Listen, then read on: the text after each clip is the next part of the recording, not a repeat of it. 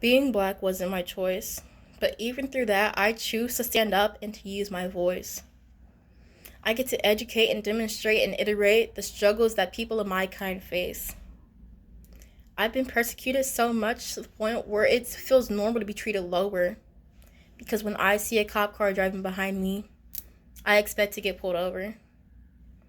And that's just the tip of the iceberg of what people of my kind face. We're treated with disrespect even though we cannot change our race. See, we've gone through this before with MLK, Rosa Parks, and Malcolm X. But yet and still, when people look at an unarmed black man, they choose to see him as a threat. To some extent, we are a threat, but not in the ways that you may think.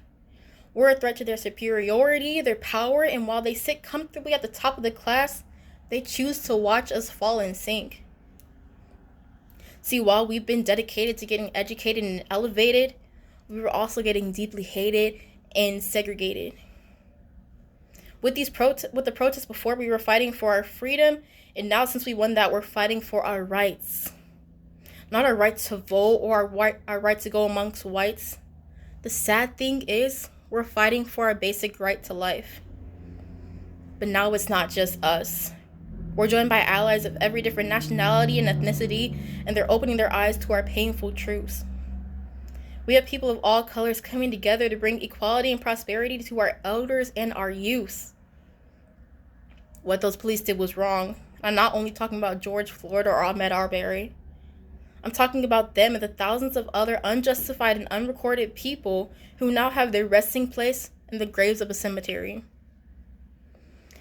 Now is our time to band together and bring about the change like never before. Because even though we may hate to say this, we're living in the times of a racist war. Note that I didn't call it a race war, because this time it's not just us. It's us and our white, Mexican, Puerto Rican, and mixed brothers and sisters all joining hands and fighting the cure to the disease of deep-rooted racism. These protests didn't just happen overnight. It happened because we were simply tired of being silenced. We were tired of losing our family and our friends to unnecessary acts of violence. So join us in our fight. Help us to make this change. Because the last thing we need next to the words George Floyd is rest in peace to another black name.